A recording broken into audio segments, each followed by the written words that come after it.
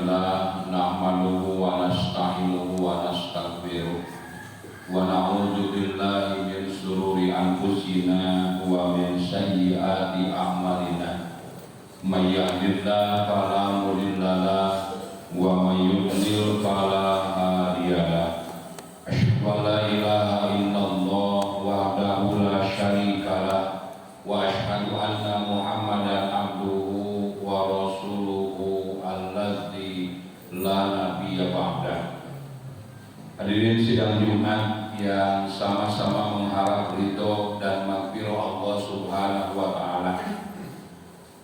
Di antara doa yang paling sering kita minta kepada Allah, kita senantiasa berdoa dengan redaksi Rabbana atina fid dunya hasanah wa fil akhirati hasanah wa qina azabannar. Wahai Tuhan kami, berikanlah kebaikan kepada kami di dunia, berikanlah kebaikan kepada kami di akhirat, dan jauhkanlah kami dari api neraka. Maka ketika kita sering berdoa dengan redaksi seperti itu, berarti kita meminta agar kehidupan yang kita jalani senantiasa berada dalam kebaikan. Sesuatu yang baik menurut kita, kalau badan sehat, harta banyak, usaha maju, kemudian pasangan yang solih, serta anak-anak dan keturunan yang solih. Itulah yang ada dalam pikiran kita, itulah yang menjadi keinginan kita semua. Cuma harus diingat, kita itu meminta kepada Allah, dan Allah Maha mengetahui mana yang terbaik bagi kita. Dalam Al-Quran Allah menegaskan, wallahu ya'lamu wa antum la ta'lamun. Allah itu Maha mengetahui, sedangkan kalian tidak mengetahui apapun. Yang kalian tahu hanyalah yang tadi. Kalau badan sehat itu baik, harta banyak itu bahagia, usaha maju kita senang, dan sebagainya. Padahal apa yang kita anggap baik belum tentu baik menurut Allah.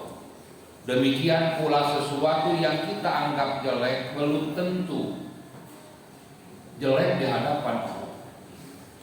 Berarti ketika kita berdoa Rabbana atina fid dunya hasanah, kita harus senantiasa menyerahkan segala sesuatunya mana yang terbaik menurut Allah.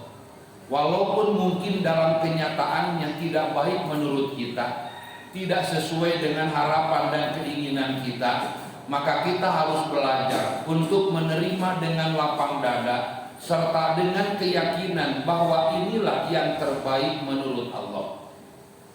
Kalau menurut kita tadi yang disebut kebaikan itu kalau badan kita sehat itu baik. Tapi bagaimanakah jika badan kita sakit-sakitan? Maka dalam hadis riwayat Imam Ahmad, Rasulullah SAW pernah bersabda, "Idza aradallahu bi 'abdihil khaira."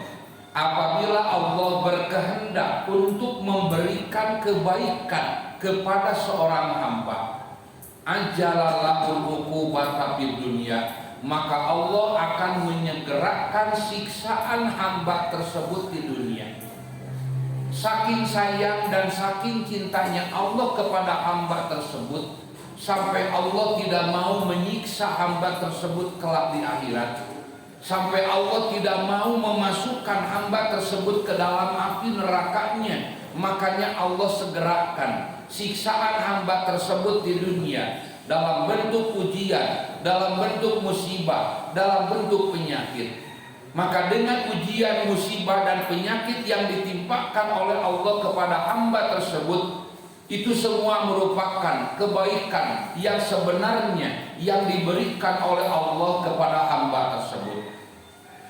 Bahkan dalam hadis lain Rasulullah SAW pernah bersabda, "Iza kasura dzunubul abdi apabila sudah terlalu banyak dosa seorang hamba, walam yakun lahu ma yukaffiruha minal amal, tapi tidak ada amal kebaikan yang bisa menghapus dosa hamba tersebut, maka sebagai bentuk cinta dan sayang Allah kepada hamba tersebut, kata Rasulullah, ibtalahullahu ta'ala bil huzni, maka Allah Ta'ala akan memberikan ujian dengan kesedihan. Tujuannya apa?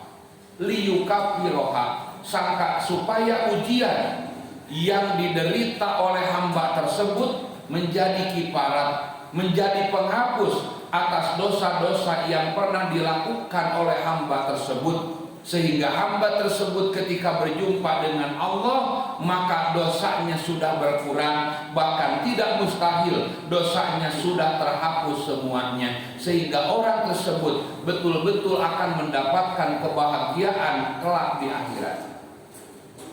Yang kedua, yang baik menurut kita kalau harta itu banyak. Tapi Allah Subhanahu wa Ta'ala berfirman melalui firman-Nya dalam hadis qudsi yang diriwayatkan oleh Ibnu Abi Hatim, di mana Allah pernah berfirman, inna min ibadi, sesungguhnya di antara hamba-hambaku man, ada orang di mana bagi orang ini la yuslibuhu ilal faqr, tidak ada yang maslahat, tidak ada yang baik bagi orang ini kecuali jika orang ini diberikan kefakiran. Palau abnaituhu, maka jika aku memberikan kekayaan, harta yang banyak dan melimpah kepada hamba tersebut, la afsadahu, kata Allah, justru akan merusaknya. Merusak dalam artian orang tersebut akan tersibukkan dengan harta kekayaan yang banyak sehingga mereka lupa kepada Allah. Bahkan tidak mustahil dengan harta kekayaan yang banyak akan menjadikan orang tersebut menjadi orang-orang yang pembangkang, yang senantiasa mengingkari perintah Allah. Oleh sebab itu, ketika Allah memberikan kemiskinan kepada kita, bukan tidak sayang, bukan tidak cinta, tapi justru karena sayang dan cinta Allah kepada hamba tersebut, disebabkan Allah mengetahui bahwa bagi orang tersebut yang akan menjadi kebaikan dan kemaslahatan jika orang tersebut diberikan dengan kefakiran. Sebaliknya, kata Allah, wa inna min ibadi, dan sesungguhnya di antara hamba-hambaku man, ada orang di mana bagi orang ini la yuslihuhu ilal faqr ilal ghina, tidak ada yang maslahat, tidak ada yang baik bagi hamba tersebut kecuali jika dia diberi kaya. Palau abqartuhu, maka jika aku memberikan kefakiran kepada hamba tersebut, la afsadahu, justru akan merusaknya. Maka dengan firman Allah seperti ini, bagi kita sebagai makhluk yang tidak mengetahui apapun, maka kita harus senantiasa berserah diri kepada Allah, menyerahkan segala sesuatunya kepada Allah, mana yang terbaik menurut Allah bagi kita. Daripada kita diberikan kekayaan tapi justru kita akan mendapatkan kebinasaan kelak di akhirat, maka tentunya kita ditakdirkan harus memilih, maka kita akan memilih ditakdirkan fakir dan miskin di dunia asalkan kita bahagia di akhirat. Tentunya kalau keinginan kita yang normal, kita di dunia ingin kaya, di akhirat ingin bahagia. Semua manusia pasti berkeinginan seperti itu. Tapi kita harus kembali bahwa kita hanya sebatas mengetahui kalau kita kaya enak, padahal belum tentu dengan kekayaan tersebut justru akan menjadi maslahat dan kebaikan bagi kita. Yang ketiga, yang disebut baik bagi kita kalau usaha maju. Tapi kadang-kadang ada orang yang usaha senantiasa rugi, salah di salah. Bahkan ada petani yang bercocok tanam, menanam satu tanaman. Misalkan padi, dari atas dimakan oleh burung, dari bawah dimakan oleh tikus, yang tersisa diambil oleh manusia. Kadang-kadang itu yang dialami.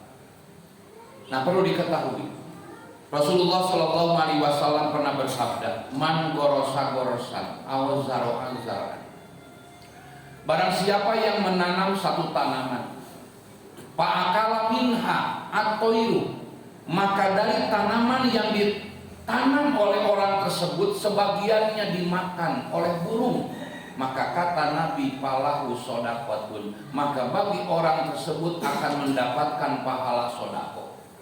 Meskipun hamba tersebut menanam tidak berniat untuk bersedekah kepada burung, tapi ketika ada tanaman yang ditanam oleh seseorang lalu dimakan oleh burung, maka Allah menjamin baginya akan mendapatkan sedekah. Dari bawah dimakan oleh tikus, maka baginya akan mendapatkan pahala sedekah. Ternyata sebagiannya ada yang diambil oleh manusia, maka kata Rasulullah baginya sedekah. Oleh sebab itu, meskipun secara perhitungan duniawi kita rugi, tapi sebagai orang mukmin yang memiliki tauhid dan keyakinan, ketika kita mengalami keyakinan seperti itu, maka kita akan senantiasa mempertimbangkan kepada akhirat dan kita akan bahagia. Kenapa? Sekalipun kaitan dengan dunia kita rugi, tapi kaitan dengan akhirat kita mendapatkan keuntungan karena kita dicatat oleh Allah seperti orang-orang yang bersedekah. Barakallahu li wa lakum.